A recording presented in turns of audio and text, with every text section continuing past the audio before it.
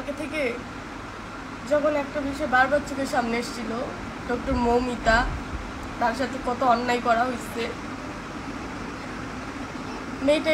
মেয়েটা কিভাবে মেরেছে ভাই মানুষে। মেয়ে আমরা বড় লজ্জিত, আল্লাহ কেন আমাদেরকে মেয়ে বানায় পাঠাইছিল।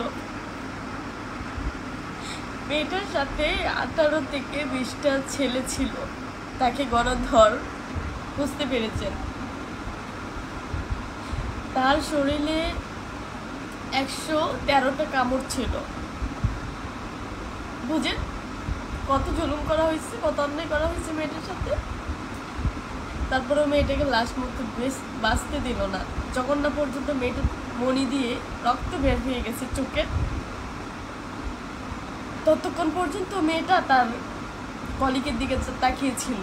একটা মেয়ে কলিগ ওই ধর্ষণকারীদের সাথে ছিল। আমরা আসলে কোথায় যাব? আমরা কোথাও স্বাধীন না, পৃথিবীর কোনো দেশে আমরা মেয়েরা স্বাধীন না। এই বিষয়টা যারা যারা জানেন না একটু জেনে নেবেন, আসলে এটা সহ্য করার মতো না। একটা পুরুষে 5 থেকে 6 গ্রাম সিমেন্ট দিতে পারে, সেই ক্ষেত্রে মেয়েটার শরীরে 150 গ্রাম সিমেন্ট পাওয়া গেছে। এবার বুঝেন।